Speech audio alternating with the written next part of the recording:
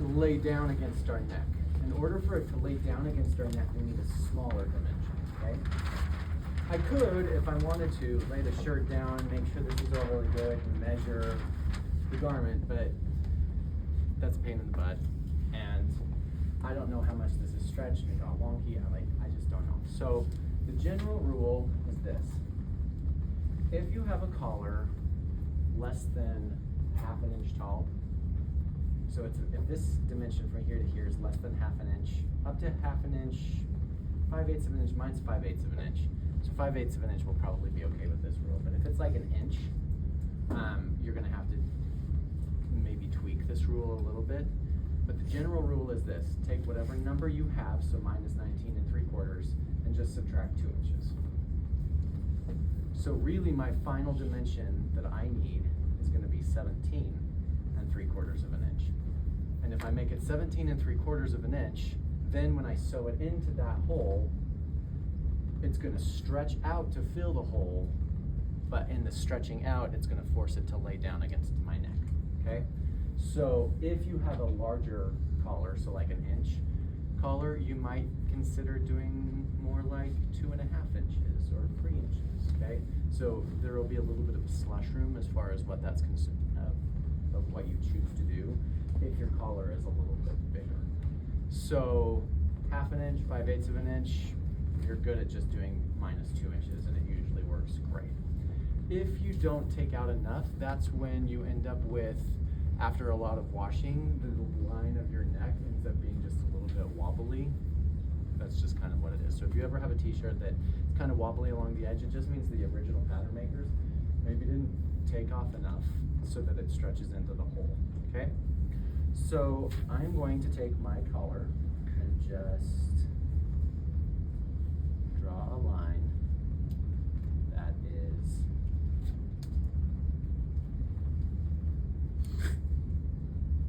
(17 3/4 of an inch long.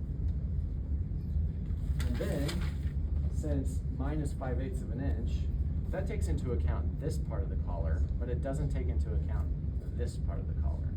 And there's a fold on the top, okay?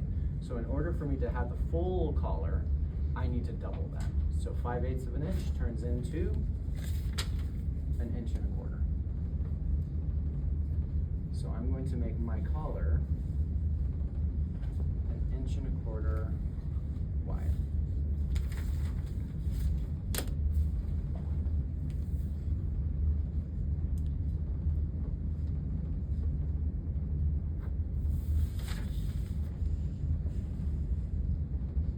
So I'll end up with a rectangle. And this rectangle just represents the actual fashion space, like the actual style part of it, but it doesn't include anything to attach it into the shirt. So I need to go ahead and add seam allowance. So I'm going to give myself a 1/4 inch seam allowance here, and a 1/4 inch seam allowance here.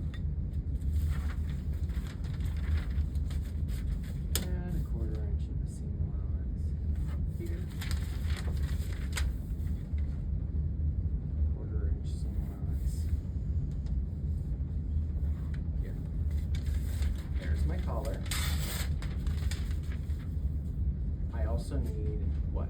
What else do I need? Notches. I could do notches, but in this case I'll actually show you how to put it in without a notch, because it's kind of arbitrarily going into a round opening, so, and it's stretching, and I don't know how much of it needs to stretch into the back neckline and how much of it needs to stretch into the front neckline. So instead of trying to guess or do some fancy math with that, we won't worry about that right now, okay? What else do I need though?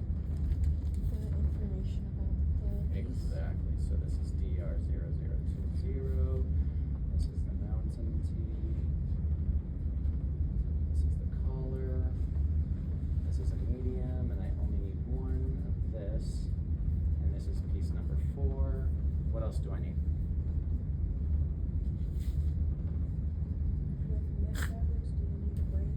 Sure do. Knits still have grain.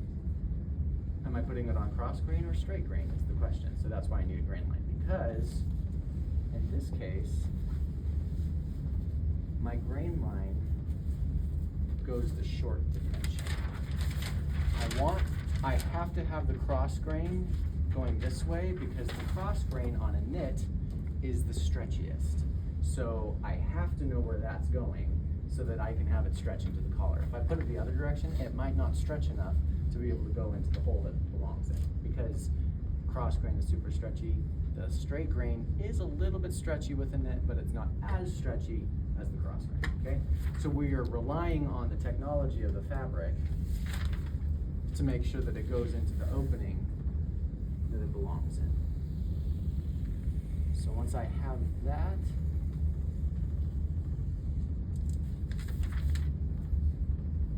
I can cut this out,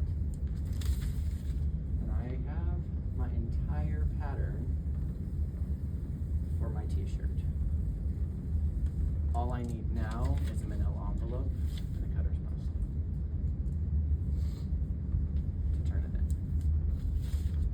in and to store it. Okay?